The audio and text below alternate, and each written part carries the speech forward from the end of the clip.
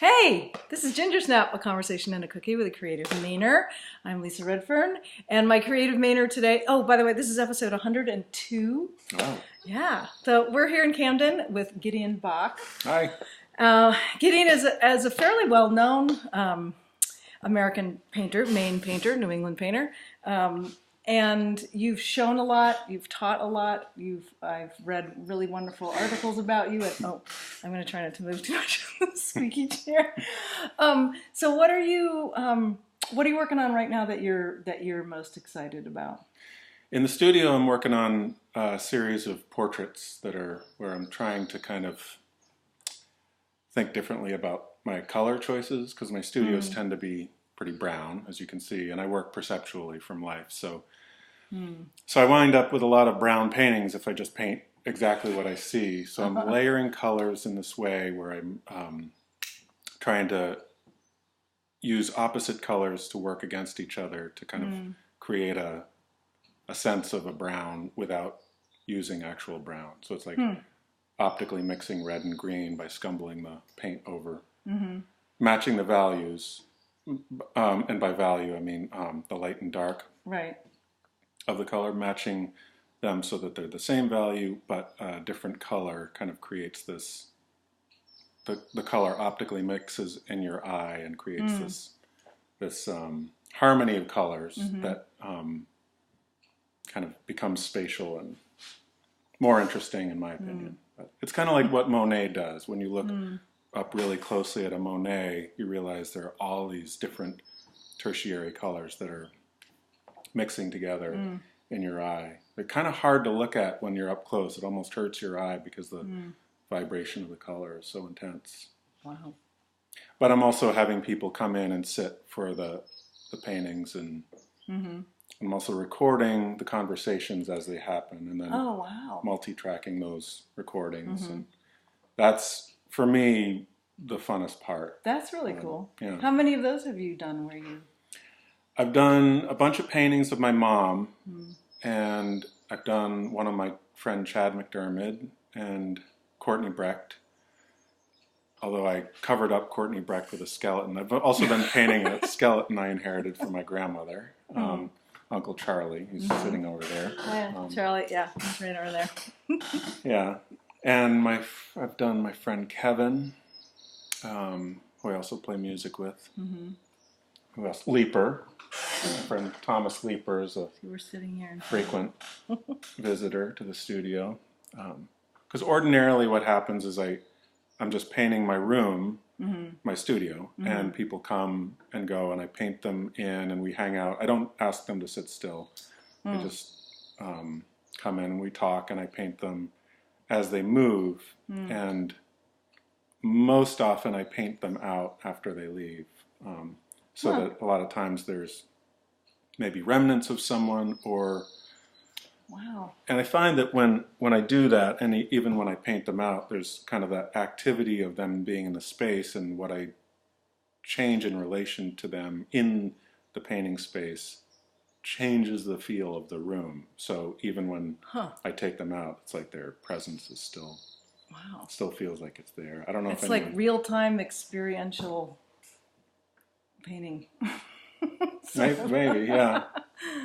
Wow. What was the first, like when you were a kid, were there painters that woke you up or turned you on, or where you kind of felt like, oh man, like that you were pulled into, that you saw as a young person? Oh yeah. My parents were very encouraging of my art making and music and everything. But when I remember when I was 4, my mom took me to Amerigo Batto's studio, and I just remember really just loving him and loving the process. And my mom talks about that a lot. I was really engaged with him, and we were friends all through our lives. He died a few years ago, but so that was probably the first time I remember. But my grandmother Helena was very artistic. She made puppets and sculptures and drew a lot. She had regular life drawing sessions and stuff like that. Where was she? She lived in Rockport. Oh, she did? Yeah. Oh, wow. Yeah. That's actually her skeleton. It is not. Yeah. It Well, is? no, not her sketch. It's Oh, not Jesus. her. I was Those aren't like, her bones. okay. But she owned the skeleton to draw from. Sorry about that. Okay. No, that would be cool. So I just want to say, I apologize that I am so overly lit and that Gideon is underlit. But okay, we can move on. So you were born and raised in Maine. Why do you? What do you think keeps you in Maine? I mean, it's sort of other than family, but what other things keep you in Maine? Why Maine? Wow, that's a good question.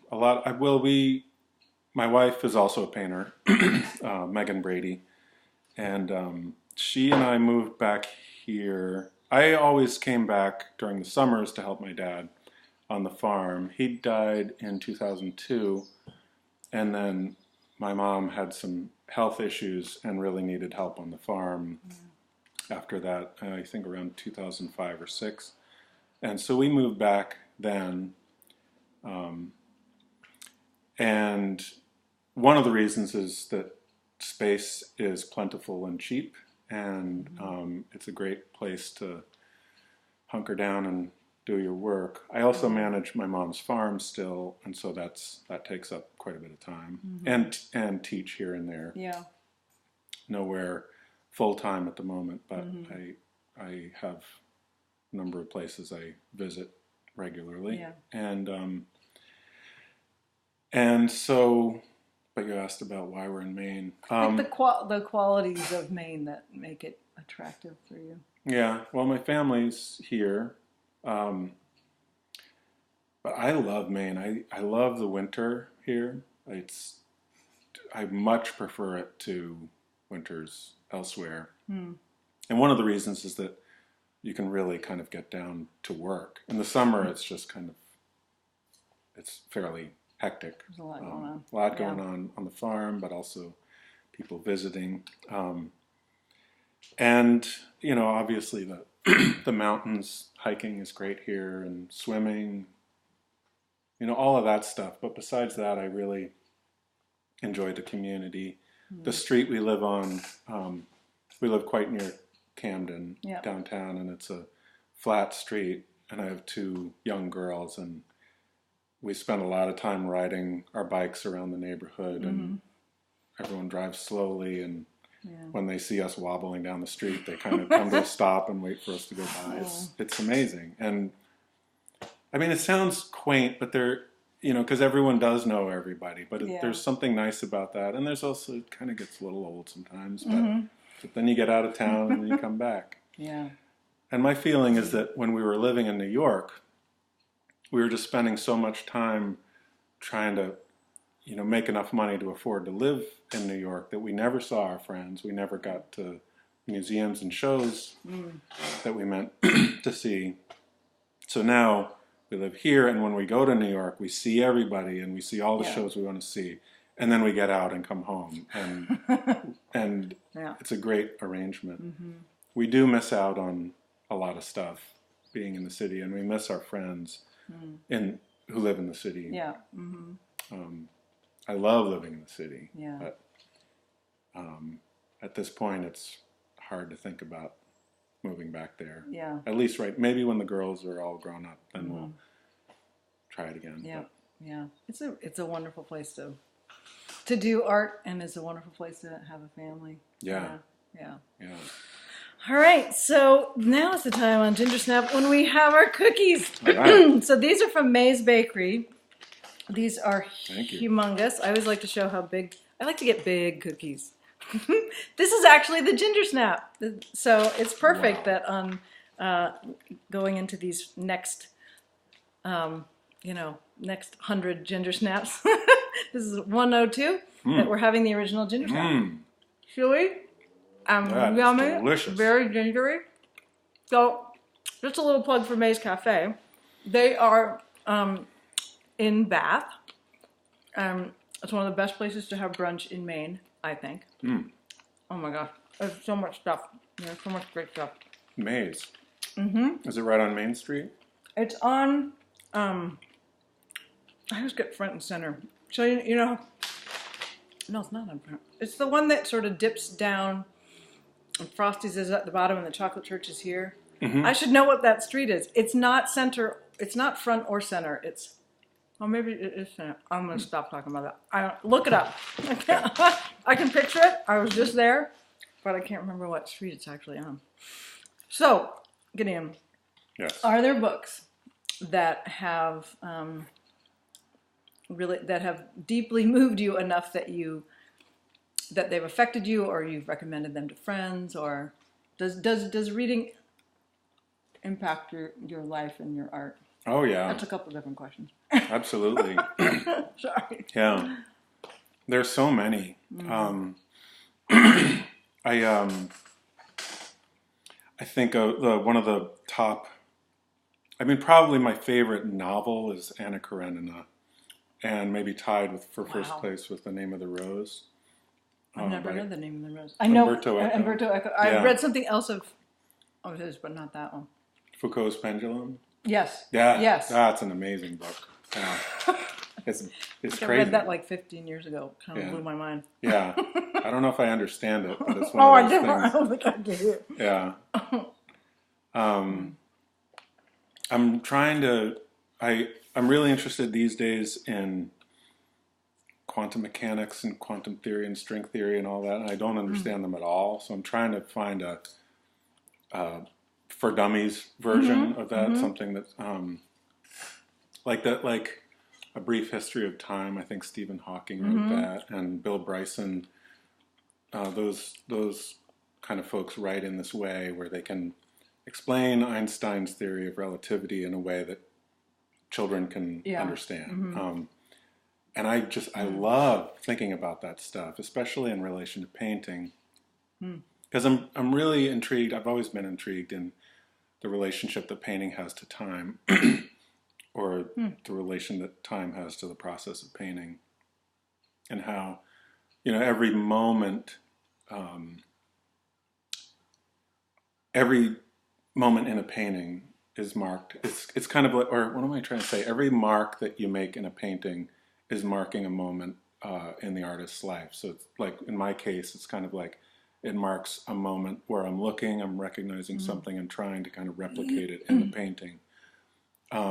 So it becomes, the painting itself becomes this one image that's comprised of millions of moments in someone's life. Wow. So it's I've never thought about it that way. That's so interesting.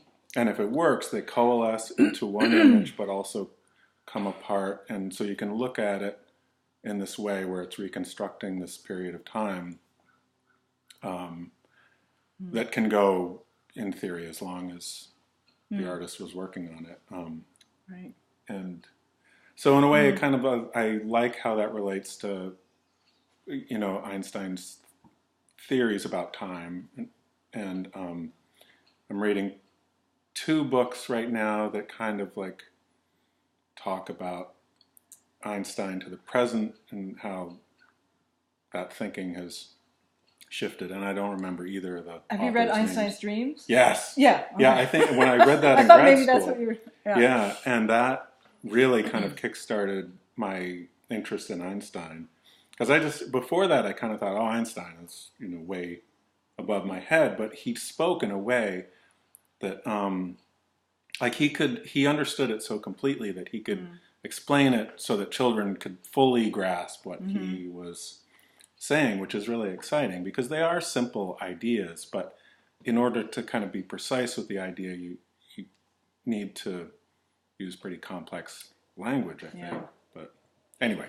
That made me think of Picasso at Le Pinagio, where Steve Martin's play about when Picasso and Einstein meet at the Le Pinagio, this cafe in Paris, and they talk about physics and art, and it's basically like 2 hours. It's hilarious, but it's very thought-provoking, and it's gorgeous. It's just beautiful. I mean, he's such a great writer. Wow. And he's so interested. Well, he's such a collector of art, and he's so interested in art. And I found it to be. I've seen a lot of theater, and it was maybe the most engaged I was ever at. Wow. That I ever was in a theater was So it's a play or? Yep. Oh. Yeah. Picasso at the Lapina Gil. And I think you can, well, I'm certain that you can read it. I mean, you can get it in a form where you can just read it. But they've produced it all over the world now. And I saw it in San Francisco when I first moved out to California. I think I saw it in 2000 or something like that. And I would see it again and again and again. You know, it's silly, and it's also like really, really thought provoking, and it does marry those two thoughts and ideas and concepts. God, I would love to see that. Yeah, you absolutely. Yeah, you absolutely got to see that. He's brilliant. Yeah. Steve Martin is just amazing. Yeah, yeah. He sort of crosses, in and out of everything. Yeah, he really He's does. Like a axis point. Yeah. Okay, so moving on to music, are there songs and/or albums that have been a touchstone for you that you come back to again and again? Oh yeah. Especially in the studio, because I spend a lot of time listening to records in the studio, and very often the records that really resonate in the studio are ones that maybe I don't like as much when I first hear them, but they get better and better the more I hear them. And one of those is Neil Young's Sleeps with Angels, which I did not like at all when I first heard it. I felt the same way, and then I didn't go back to it. Yeah, but the more I listen to it, it starts to open up after the 100th listen. But I think probably number one for me is Big Science by Laurie Anderson.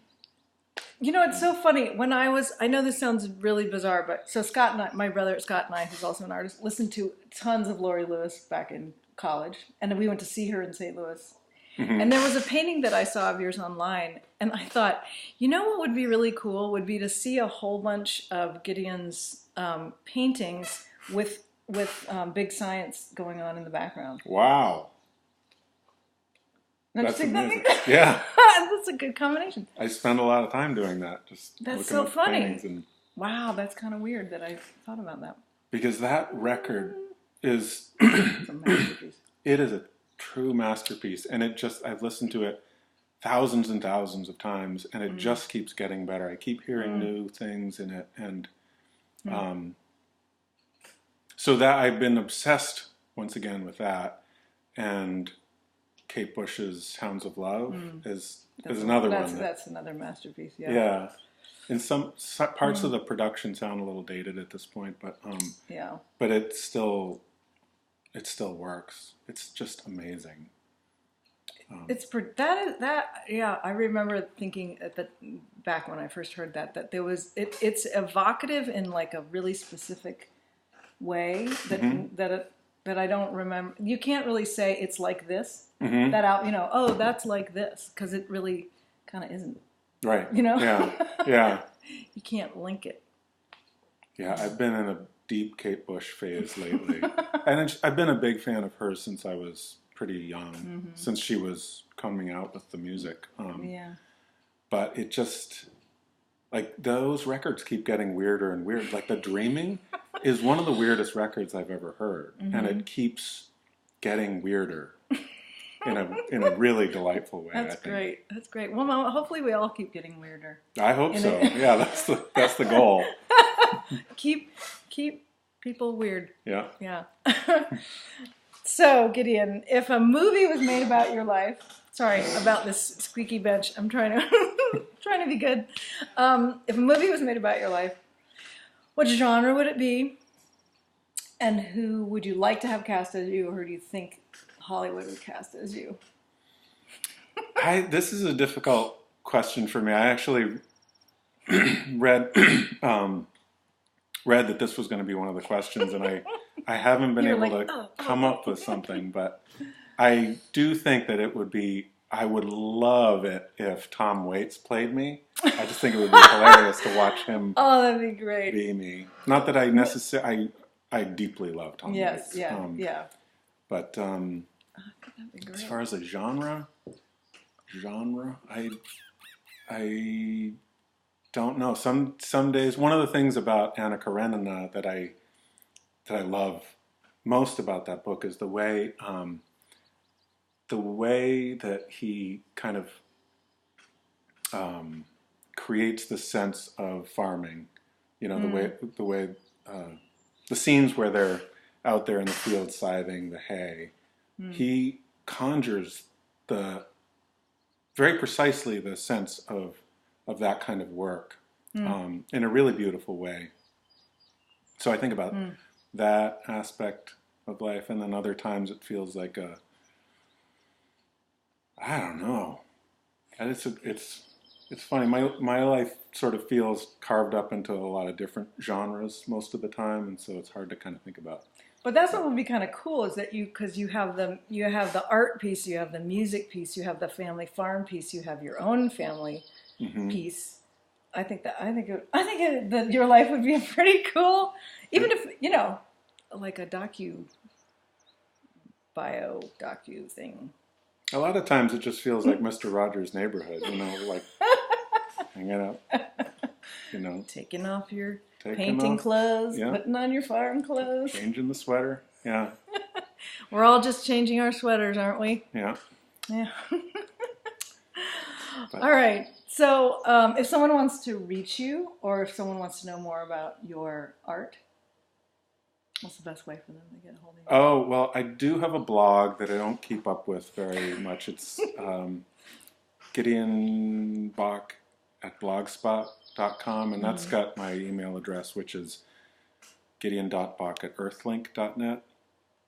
I think I'm probably the last person that has an Earthlink account. I was going to say, don't make fun of me for Earthlink. You can make fun of it. I would deserve it. But, that's probably the best way. Otherwise, through my galleries, Stephen Harvey Fine Art in New York and Alpha Gallery in Boston, and now Page Gallery in Camden. Oh, cool. A friend of mine, Colin Page, just opened a gallery. On Bayview? Yeah. Okay, so I was just hearing about. Yeah, we were just actually talking about that. Yes, I work at Bayview Gallery a couple days a week, and so we were just talking about. Isn't there a new gallery? Yeah. Yeah, maybe I can go check it out this afternoon. And they're doing really great stuff down there. It's really fun. And I show other places locally, but they're kind of my local representation of it. So. That's great. That's yeah. Cool. All right. Thank you, Gideon. Thank you very much. Gingersnapped. Yeah. You'll never be the same. So I should just mention there are a couple music things coming up for me, and those are on I would say www. Like nobody needs that. On LisaRedfern.com, you can see that coming up next for me is the 30th annual, I think, Swans Island Sweet Chariot Music Festival. That nobody can go to unless you're on a schooner or you have like a boat of your own. Sorry, it's like this thing that nobody can go to unless they're already going to. But I just needed to mention it in case you just got a wild hair to get on a friend's boat and come out. It is coming up in early August, and you can check that out online. That's great. And then August 17th, I'm doing a co-bill with the Levins from New York. And they're a duo, and they're really wonderful. And Jeff Christmas is going to do a lot of wonderful side stuff with me on that gig. He's going to play a bunch of songs with me. And that's August 17th at the Robin Hood Free Meeting House. If you guys haven't been there, oh my gosh, it's such a great place. You can have dinner beforehand downstairs, and then it's this beautiful old meeting house, and the lighting is great. And it's like on the way to Reed State Park. Cool. It's a beautiful place. All right, so this has been Conversation in the Cookie with the Creative Maynard, Gingersnap episode 102. Thanks a lot for watching, if you did, and thanks again, Gideon. Thank you. It was fun. All right, this has been Gingersnap.